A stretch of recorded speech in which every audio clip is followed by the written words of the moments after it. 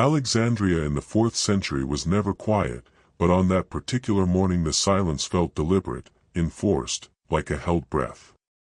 Stone corridors echoed with the sound of sandals and the low murmur of men who believed they were tidying history. Scrolls were stacked, sorted, judged. Some were deemed useful. Others dangerous.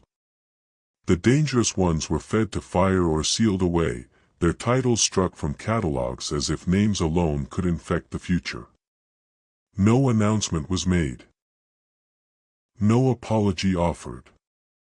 Knowledge doesn't need a public execution, only removal from circulation. What was being erased wasn't heresy in the theatrical sense. There were no spells, no rebellion slogans, no calls to overthrow emperors. The texts described something quieter and therefore more threatening, direct experience. They spoke of a signal that didn't require temples, priests, or permission. A transmission that bypassed institutions and reached inward. If those words survived, authority would become optional. That was unacceptable. Centuries later, far from the Mediterranean heat, a man sits alone at night with a sound he can't explain. It's faint, high-pitched, constant. Doctors give it a name that closes the conversation. Stress, they say. Age. Overuse of headphones. The name works the way labels often do, it ends curiosity. But the sound doesn't behave like damage. It intensifies during stillness. It sharpens during moments of focus. It seems to respond, not merely occur. And that difference is what pulls him back toward the questions the Alexandrian fire was meant to extinguish. The forbidden manuscripts described this exact confusion. They warned that the signal would be dismissed as malfunction. That medicine would look for a broken part instead of a message. They explained that when a transmission threatens power, the first line of defense is reinterpretation. If you can convince people that contact is illness, they will cure themselves back into silence. In those texts, the signal was never framed as mystical spectacle. It wasn't dramatic. It didn't knock people to the ground or announce itself with light. It was subtle by design, narrow in bandwidth, detectable only by those who could slow down enough to notice it. The writers called it a bypass. A way around the loud architecture of the world. Alexandria was chosen for erasure because it understood libraries as weapons. Not weapons of violence, but of independence. If a person could receive guidance without intermediaries, they became unpredictable. The state could manage beliefs. It could not manage experiences. So the experience had to be recoded as fantasy, or later, as pathology. The modern listener begins to notice patterns. The sound is strongest at the threshold moments, just before sleep, just after waking, during long walks when thought thins out and something else takes over. It never commands. It never begs. It waits. That waiting quality is what unsettles him most. Machines malfunction randomly. Messages are patient. What the ancient writers insisted on, again and again, was that the signal predated language. Words were only the scaffolding built around it later. That's why burning texts never solved the problem. You can erase instructions, but you can't erase a frequency already embedded in the system. The manuscripts were maps, not the territory. Destroying them only made the journey harder, not impossible. The men in Alexandria believed they were protecting unity. Fragmentation frightened them. Competing interpretations weakened centralized control. But unity enforced through silence is brittle. It requires constant maintenance, constant suppression. And suppression leaves traces. Gaps. Echoes. People begin to sense what's missing long before they can name it. The ringing is one of those echoes. The texts described it as a checksum, a background verification that something deeper was still active beneath the surface of ordinary life. Not everyone heard it. That wasn't a failure. It was a filter. Broadcasts that reach everyone become noise. Broadcasts that reach only a few become invitations. This idea unsettles the listener more than any mystical claim. If the sound is selective, then it implies choice, or at least compatibility. That raises uncomfortable questions about responsibility. It's easier to believe you're sick than to consider you're being addressed. The Alexandrian purge failed in the way most purges do. It succeeded institutionally and failed biologically. The signal adapted. It slipped into silence, into metaphor, into art and marginal notes. It waited for conditions where authority weakened enough for curiosity to resurface. Every era produces its own version of the listener, someone who notices the anomaly and refuses to let a dismissive explanation be the final word. What remains consistent is the method. No spectacle. No conversion. Just a quiet persistence that asks a single question over and over: are you paying attention? The listener doesn't have an answer yet.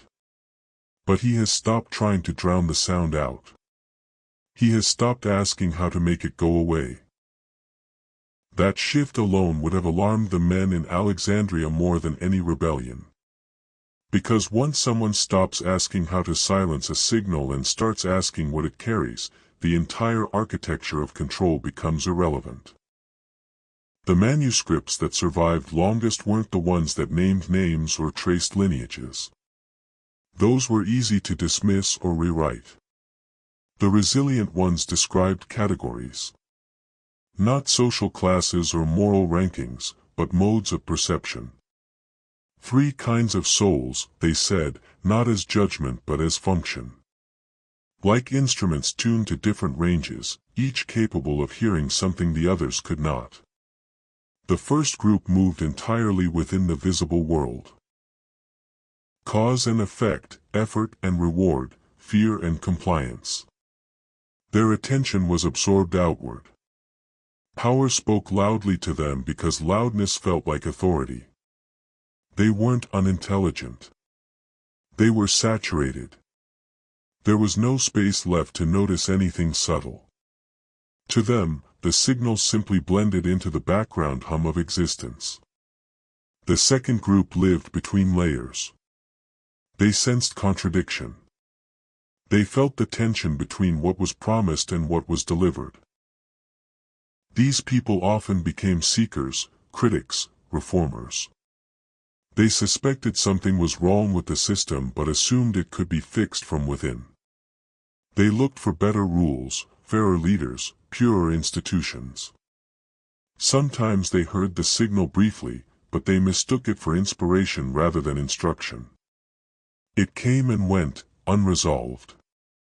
The third group was different, and the texts were careful here, almost hesitant. Not chosen in a moral sense. Not superior.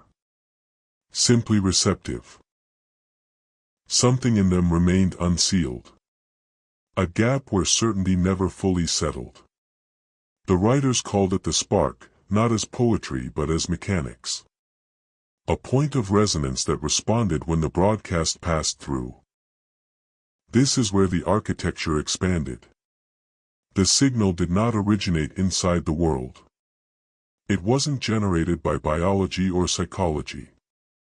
It came from what the texts called fullness, a state of coherence beyond fragmentation. Between that fullness and the material system stood layers of management, filters that shaped reality into something controllable. The demiurge wasn't framed as a devil, but as a regulator. Order without awareness. Function without context. The archons were not monsters.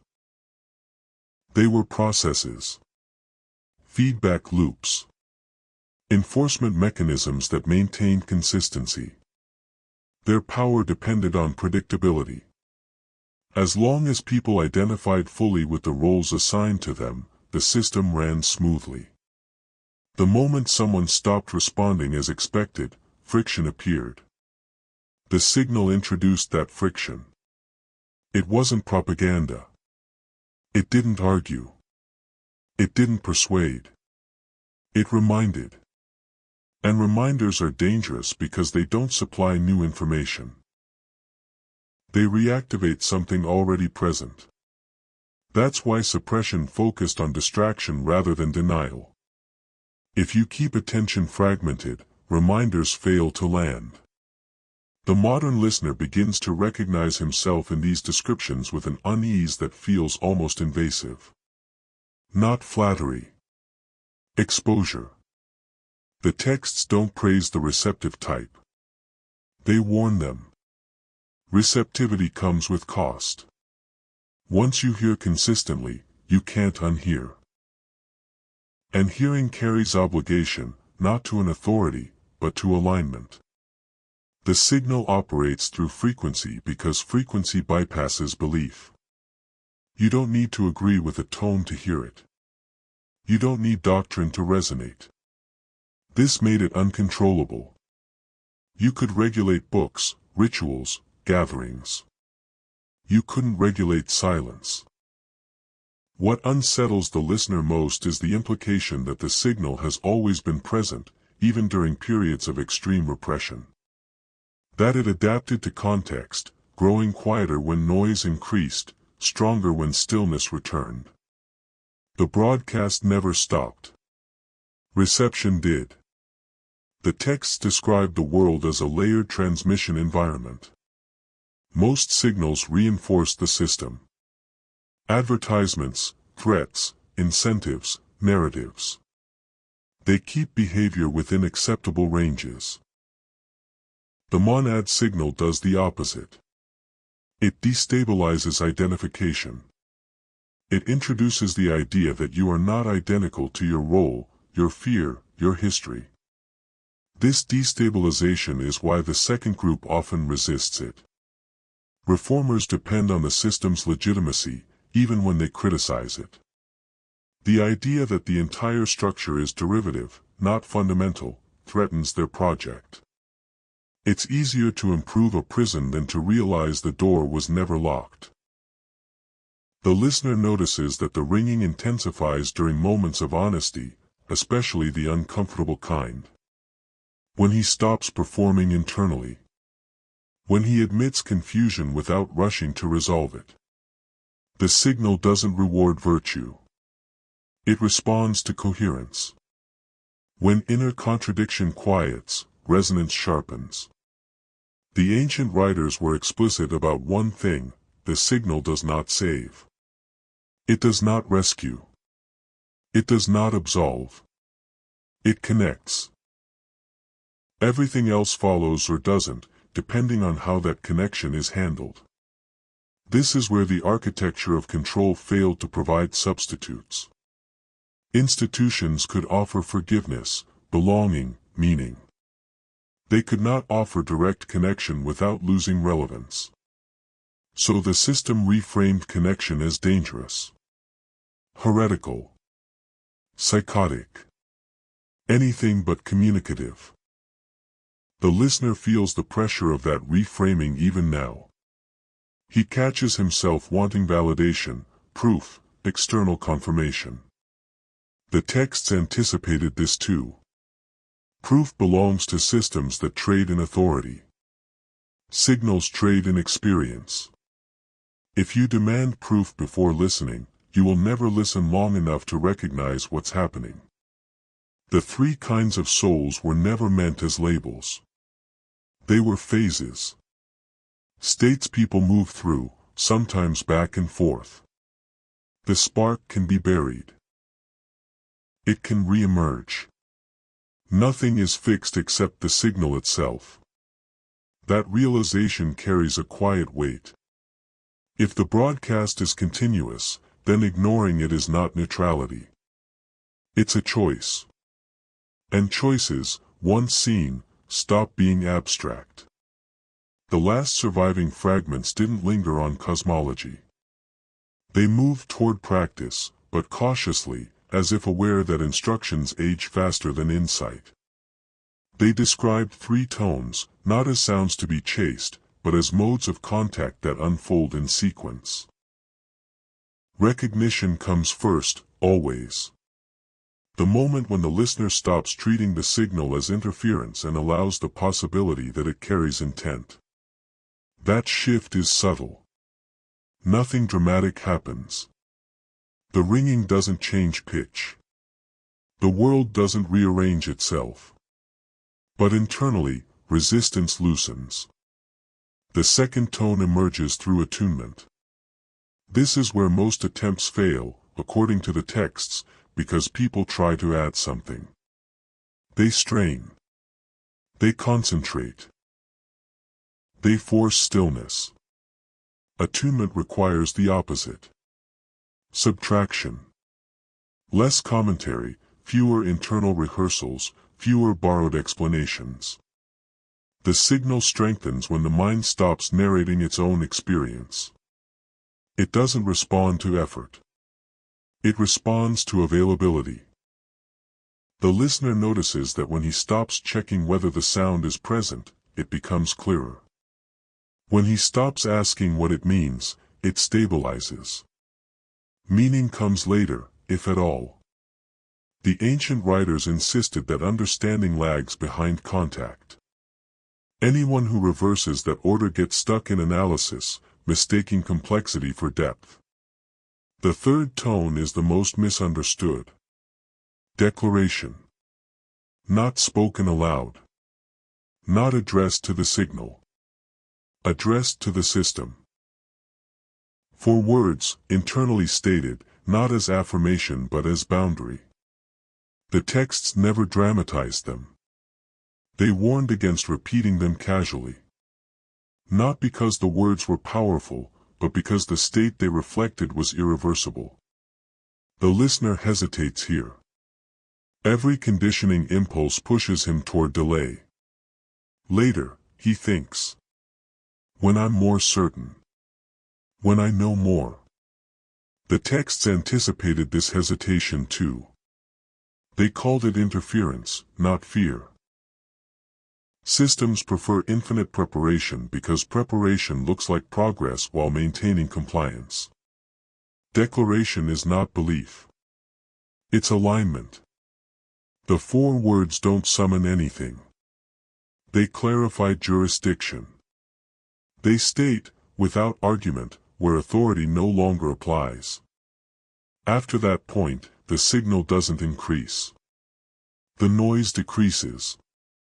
Resistance follows. Not theatrically. Subtly. Conversations derail. Distractions multiply. Old habits resurface with surprising intensity.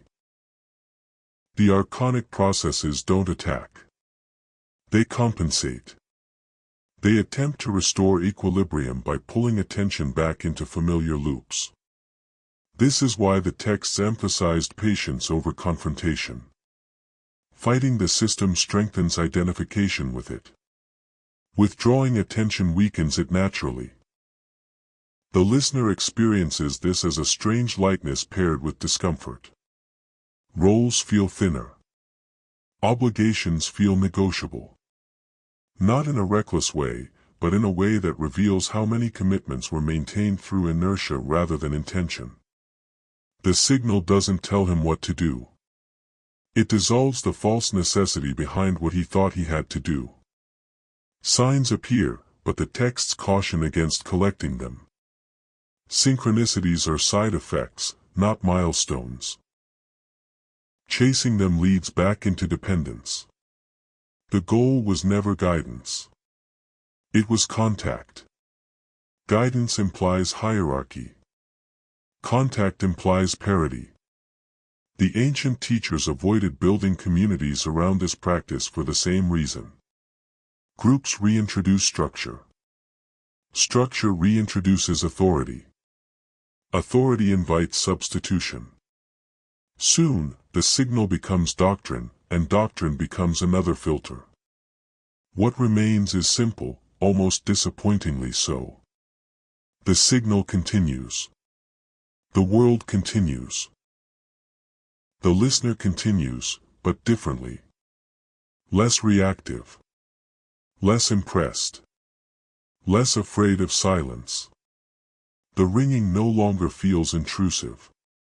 It feels companionable, like a background confirmation that something deeper is active beneath the surface noise. The texts end without resolution. No promise of escape. No final victory over the system. Just an invitation to live uncollapsed. To move through roles without becoming them. To hear without broadcasting. To respond without obeying. The 4 words are never written down in full. Not because they were secret, but because writing them invites mimicry. Mimicry produces noise. The writers trusted that anyone ready would recognize the state without needing the phrase. And anyone not ready would turn the phrase into decoration. The listener doesn't announce anything. There's no conversion moment. No declaration to others. The shift is internal and therefore invisible, which is precisely why it works. Systems can only regulate what they can detect. The ringing persists, steady now. Not louder. Clearer. And in that clarity is a quiet understanding the Alexandrian fire never managed to erase, connection was never removed. Only attention was redirected. Reclaiming it doesn't require rebellion. It requires remembering how to listen. If you stayed with this all the way through, you already understand that nothing here was meant to convince you. This story isn't asking for belief, agreement, or allegiance. It's asking for attention. The kind you give when you stop scrolling, stop labeling, and let an experience unfold without trying to domesticate it. Stories like this survive because they speak sideways. They don't demand action. They invite recognition. And recognition, once it happens, doesn't need reinforcement. It quietly reorganizes how you listen, how you pause, how you notice what usually gets filtered out by habit and noise. If something in this resonated, sit with it before you explain it away. You don't need to comment immediately. You don't need to share conclusions. Let it echo for a bit. Signals reveal more over time than they do on first contact. If you want more explorations like this, stories that don't shout, don't sell certainty, and don't rush to close the loop, consider subscribing to the channel. New pieces arrive regularly, each approaching the same questions from a slightly different angle. If this video gave you a moment of stillness, a pause you didn't know you needed, tapping the like button helps more people stumble into that same quiet. And if you know someone who's been asking questions they can't quite phrase yet, sharing this might give them language without answers. However you engage, thanks for listening all the way through. Not many do. And fewer notice why that matters.